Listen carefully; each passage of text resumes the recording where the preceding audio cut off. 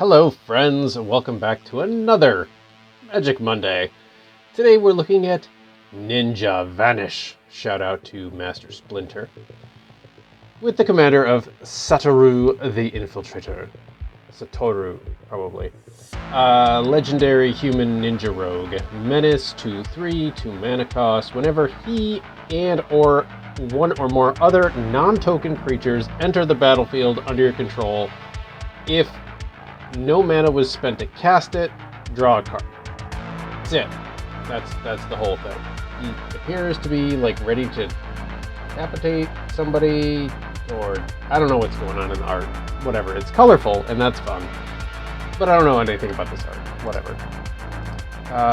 The breakdown: 28 creatures, 31 non-creatures, average mana cost 3.7, heavier blue than black. We got a pretty decent mix of things, nothing really standing out in terms of a tribal. 3 instants, 8 sorceries, 23 artifacts. A bunch of them are creatures though. 2 enchantments, 3 planeswalkers, 40 lands. So originally, when I saw this card in this new Thunder Mountain Railroad Outlaw set thing, I really wanted to get it in paper. I wanted to put Ornithopter in there and Phyrexian Walker in there and dig out my Alliance's Shield Sphere and throw it in there because they would all just be card draw engines. But the only one of those that's actually available in Arena is Ornithopter. So 0 mana for a 0/2 flyer, draw a card if the commander's in play. Pretty simple. And beyond that, it's a lot of ninja stuff and a lot of plot stuff. So plot is the new ability that came out in this Thunder thing. I don't know how I feel about it, but it does trigger the commander, so that's cool. So ninjas, you can make copies of ninjas. This is just a 1 mana artifact guy who has protection from multicolored and can gain you life. So it's actually a really nice card for 1 generic mana. I'll put this changeling in there just cause. So here we have this guy who is awesome.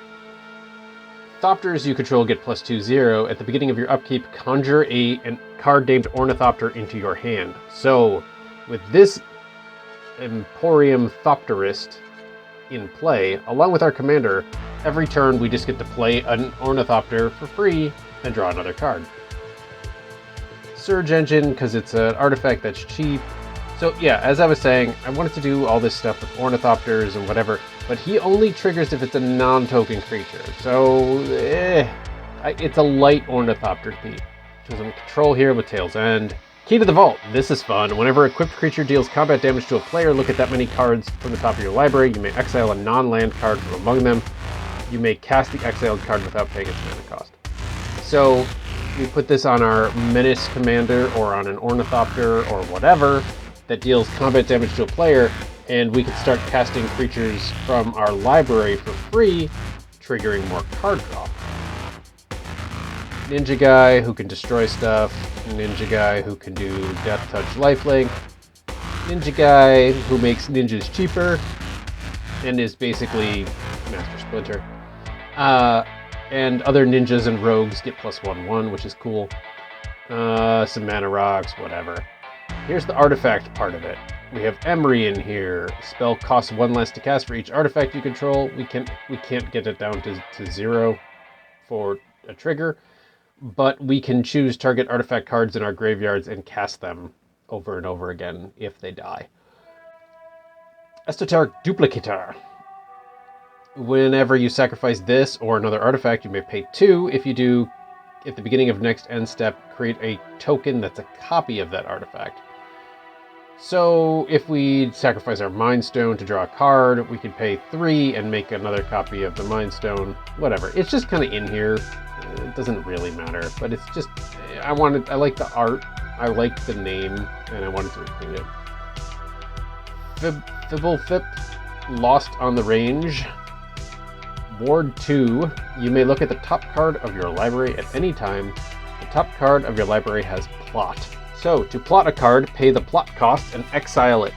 cast it as a sorcery on a later turn without paying its mana cost. So we can plot creatures from the top of our library and then draw a different card so we have to plot at the beginning of our turn. The creature becomes a sorcery in exile. It's such a weird mechanic. And then next turn we can pay it for quote-unquote free, but also draw a card. It's convoluted, but it does work. Forensic Gadgeteer, whenever you cast an artifact, investigate, and then activated abilities of artifacts cost 1 less to activate. Can't be reduced to less than 1 though. This guy, whenever you cast a spell during your turn other than your first spell that turn, create a blue and black zombie rogue. Whenever a zombie enters the battlefield under your control, put a 1/1 counter on it for each other zombie that entered the battlefield under your control. Not a super critical card, and you could do some really crazy fun stuff with this, I'm sure, as a commander, but I'm not right now, at least, because that's not the point of this deck. But if we have a couple of things in plot, and then we reduce the cost of artifacts, and we can play 4 or 5 spells in a single turn, we can make a bunch of zombies and they all get bigger. So that's fun. Oracle of the Alpha, just because it's a cool card and it does some cool stuff. Mystic Study for more card draw, because why not? So here is a remnant of my original idea before I realized that Satoru will not trigger with non-token or with token creatures, because I really wanted to go heavy into the artifact thing. Whenever you cast an artifact spell, create a Thopter token. I really wanted artifacts and Thopters, but with this guy, and it just didn't quite work. But I threw him in here, or kept him in here, to stick with sort of an Ornithopter tribal sort of feel.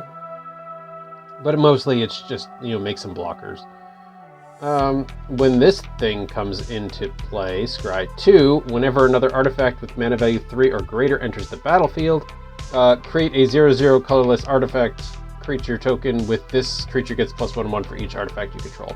We do end up with a lot of artifacts most of the time in this deck, so this is just to make some big artifact creatures, because why not? Another ninja, but this one, when it deals combat damage, exile the top card of each player's library, and until end of turn you may play one of those cards. If you cast a spell this way, pay life equal to its mana cost rather than paying its mana cost.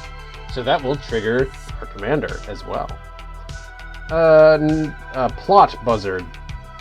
Plot Buzzard sounds so stupid.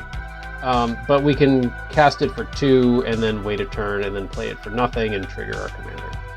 And I put in the other Satoru Umezawa. Whenever you activate a ninja ability, look at the top 3 cards of your library, put one of them into your hand and the rest on the bottom. Triggers once per turn. Each creature card in your hand has ninjutsu. 1 blue-black. I've seen lots and lots and lots of commander decks with this guy as the commander. This isn't one. And we got some 3 mana cost artifacts, like black creature spells cost 1 less to cast, and blue creature spells cost 1 less to cast. And Cloud Key. Choose artifact, creature, enchantment, instant, or sorcery, and spells you cast of the chosen type cost 1 less to cast. Foundry Inspector. Artifact spells cost 1 less to cast. So this, you're probably going to want to pick artifact, because there are a lot of artifact creatures, and there's a lot of non-creature artifacts. But the artifact creatures, the idea here is if we can get those artifact creatures down to 0 mana, then we can trigger a lot more with our commander. Mana Rock here, and Semblance Anvil, we can exile something to reduce cost by 2. So that's cool. Loan Shark has plot, lets us draw a card. I don't know. It's such a weird mechanic. Plan the Heist has plot, but will let us draw 3 cards. And this will not trigger anything. It's just, once I started putting in plot cards, I put in a lot of plot cards. Surgical Metamorph will have us copy any permanent on the battlefield. Visage Bandit, I like this guy.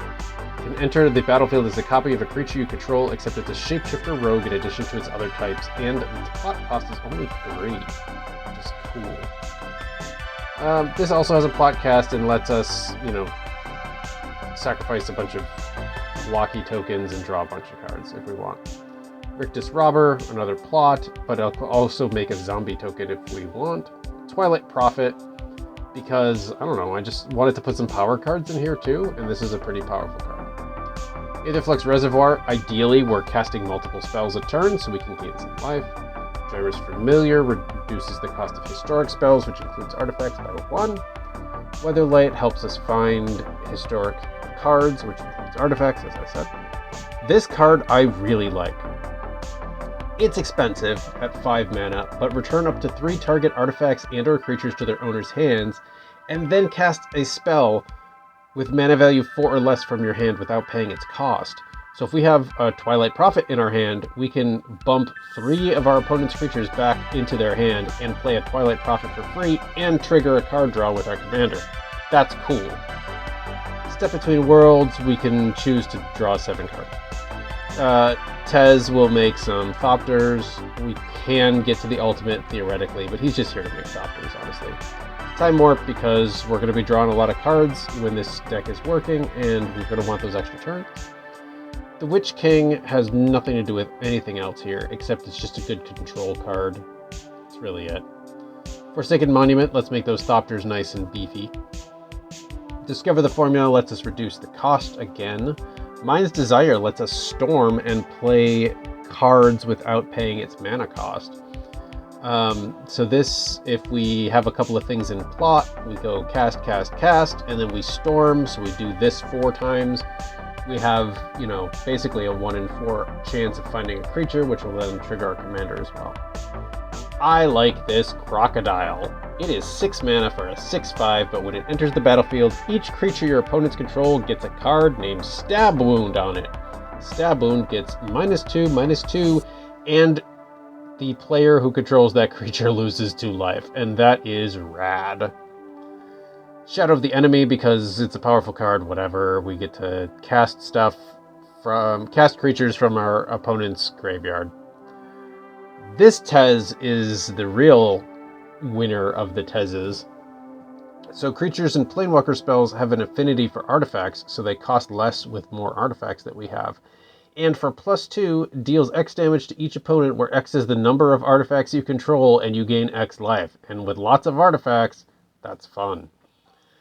Ugin is here mostly for the colorless spells you cast cost 2 less. Another Time Warpy card, but this one can give us birds. Reality Heist will let us look at the top 7 of our library and reveal up to 2 artifacts and put them in our hand. And it costs less with each artifact we control, and we have a lot of artifacts, so why not throw it in here? Virtue of Persistence will let us remove a creature, and then as an enchantment will let us put target creature from a graveyard onto the battlefield under our control at the beginning of every turn. And finally, Ulamog is here because we're reducing colorless costs so much. Why not put in a game-breaking Ulamog? And then some lands.